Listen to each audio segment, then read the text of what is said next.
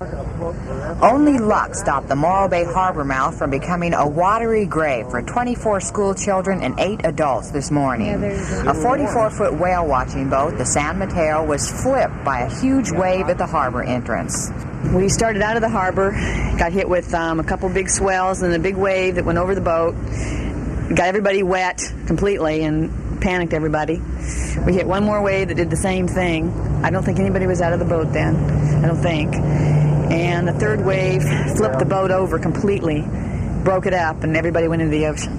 I swam to the top, and I just grabbed the buoy and started helping people. All I seen was black water when it went over. That must have been scary. What'd you do? Try swimming to the top and grabbing the nearest board. The boat was transformed into a tangle of broken boards after the wave struck. One of today's miracles was that everyone was rescued so quickly by the Harbor Patrol and the Coast Guard. It took them 10 to 15 minutes, and none of the victims were wearing life jackets. The Harbor Patrol was there quickly because they warned the San Mateo skipper the harbor mouth was too treacherous to get out, but there was no reply. So the Harbor Patrol boat followed the whale watching boat to the entrance. Yes, we did follow them out just in case, and I'm glad we did.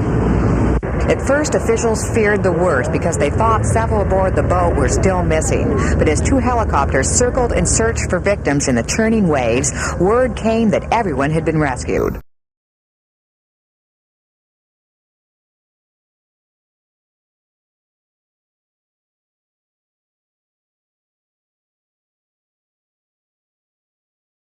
The conclusions are good news for the city of Morro Bay, still battling lawsuits in the wake of that disaster 2 years ago.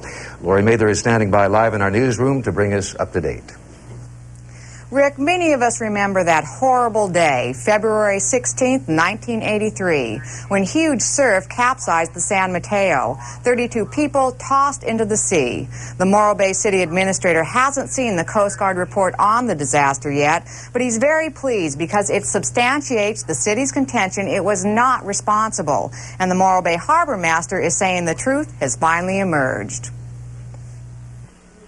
It took the Coast Guard a long time to pinpoint what it believes is the main cause of the San Mateo capsizing 2 years ago at the Morro Bay harbor mouth.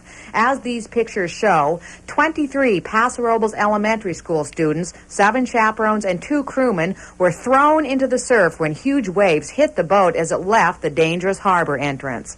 The Harbor Patrol was there to rescue them along with the Coast Guard, and miraculously, no lives were lost that day. The Coast Guard report says this disaster was mainly caused by 3 breaking waves, 15 to 20 feet high. It also concludes that skipper Jerry Weaver watched the conditions but was already committed to leaving when he saw those waves. It also says there is evidence of misconduct by the skipper because he didn't provide suitable life preservers and didn't give the passengers a safety orientation. Weaver eventually died of injuries suffered that day. The report also calls the Harbor Patrol and the Coast Guard heroes for the successful rescue of all aboard. Back to you, Rick and Donna. All right, Lori, thank you for that report.